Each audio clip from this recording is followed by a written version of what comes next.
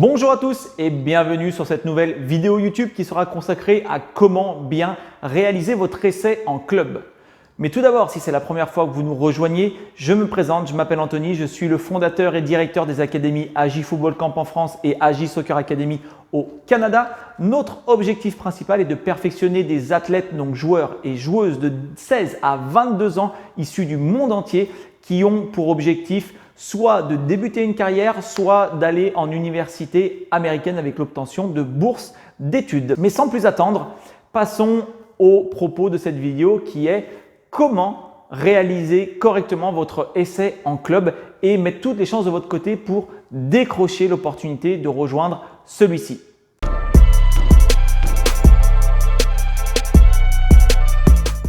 Donc dans cette vidéo, nous allons aborder 4 points, les 4 clés qui vont vous permettre de bien préparer votre essai. Donc nous allons commencer avec le point numéro 1 qui est la gestion du stress. La gestion du stress, en fait, le stress va être généré sur 2 périodes. La première période sera le moment où vous allez recevoir l'information comme quoi vous êtes invité à faire un essai avec le club en question. Donc là, il va falloir gérer les émotions entre l'excitation, entre un excès de confiance, entre la peur, entre plein de choses comme ça. Il va falloir gérer ces émotions et le but ici va être de ne rien extrapoler. D'accord ? Il va être juste de prendre ces informations, de les traiter. Je suis content, je suis fier. Il faut prendre ces informations-là et ces sensations-là, ces émotions-là parce qu'effectivement, vous avez été sélectionné parmi tant d'autres qui ont postulé également. Vous avez été choisi, votre profil a été retenu par rapport à bon nombre de dossiers qui ont eux aussi postulé. Déjà, gardez en tête que votre profil intéresse, bien évidemment, et c'est pour ça que vous êtes invité à réaliser un essai de 1 jour, 2 jours, 1 semaine, 2 semaines, peu importe, dans ce club-là. Donc déjà, il va falloir gérer cette première source de stress suite à l'annonce. La deuxième source de stress va venir un petit peu après. Une fois que vous allez avoir digéré les premières émotions de l'annonce, vous allez ensuite probablement stresser, vous commencez à vous poser de nombreuses questions sur comment ça va se passer. Sur « Ah oui, mais est-ce que je vais réussir ?» Puis si je ne réussis pas, attention, peut-être qu'en fait c'est ma dernière chance. Et puis c'est le seul club qui m'a répondu pour le moment. Et voilà, et vous allez commencer à vous poser des questions, vous poser des questions, vous poser des questions. Moi, ce que je vous recommande encore une fois, ce n'est pas de vous lancer dans des « oui, mais si il se passe ça, oui, mais si ça se passe comme ça, etc. » Non, traitez l'information du présent. Encore une fois, et ça ce sera le maître mot de toute la vidéo, vous allez voir, je vais vous le répéter souvent, si vous avez été choisi pour l'essai, ça sous-entend déjà que le club, le coach, le directeur sportif, le président ont décelé un potentiel intéressant en vous. Donc, pourquoi vous poser 1001 questions si déjà vous suscitez un intérêt particulier de la part de ce club-là? Voilà pour le premier point qui est la gestion du stress. Absorber et vivez pleinement les émotions que vous recevez sans y attacher une importance considérable.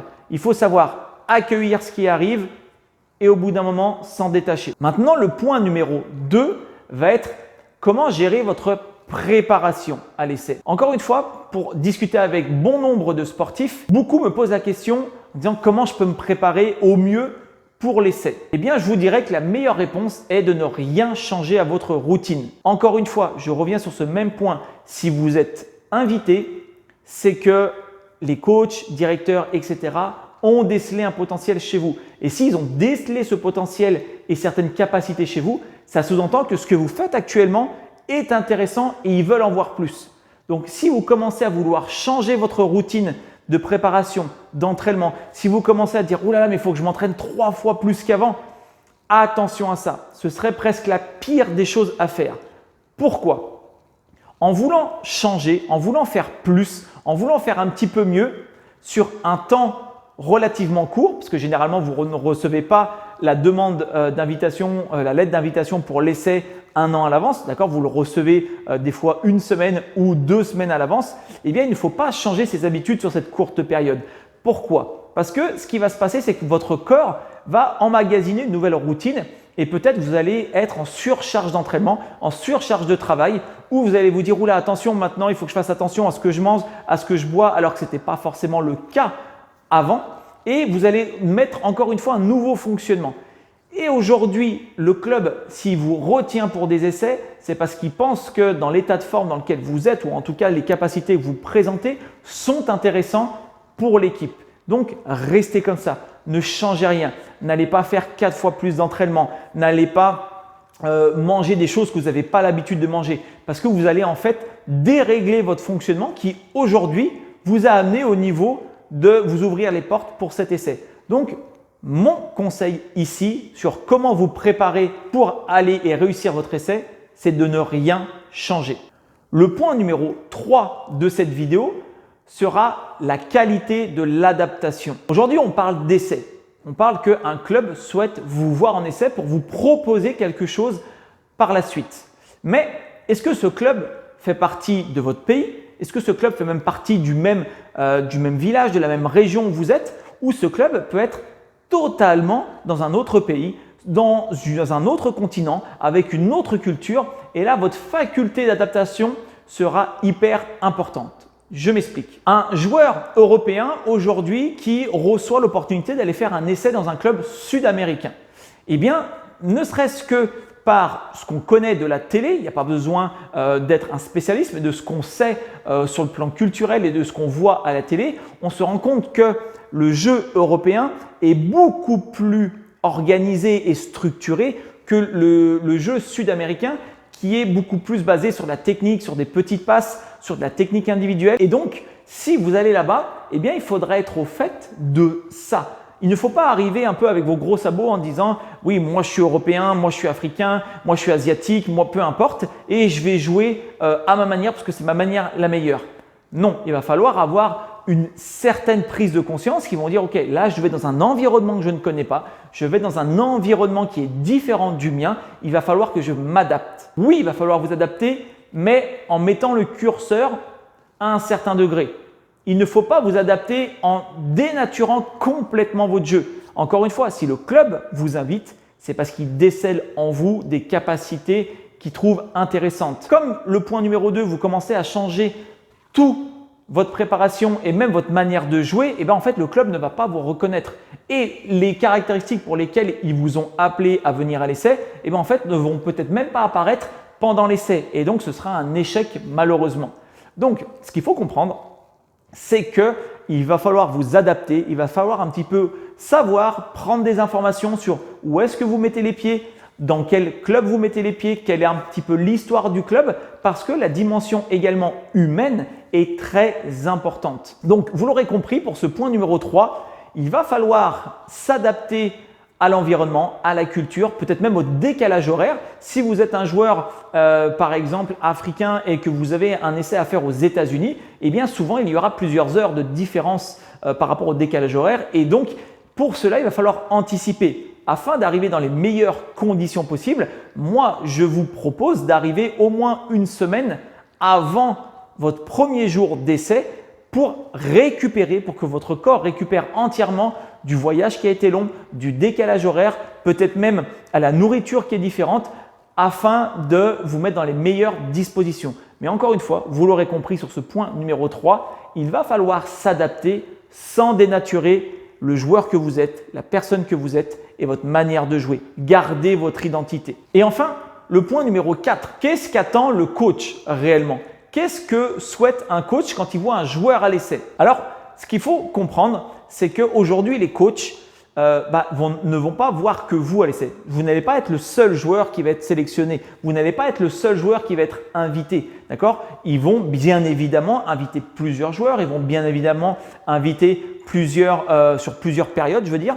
Et par rapport à ça, qu'est-ce qui peut faire la différence au-delà de votre qualité humaine et sportive?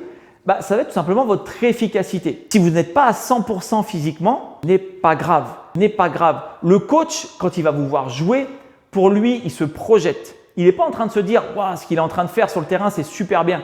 Ce qu'il est en train de se dire, le coach, c'est très intéressant ce que ce joueur est en train de faire et moi, je le vois très bien dans mon équipe pour la saison prochaine, pour les mois prochains, etc., etc. Le coach, lors des détections, va vraiment se projeter pour voir si votre caractéristique et votre profil peut s'intégrer facilement à son idée de jeu, à son équipe, etc. Donc, par rapport à ça, qu'est-ce que veut le coach? Eh bien, le coach, il veut que vous soyez décisif. Il veut que vous soyez impactant pour l'équipe.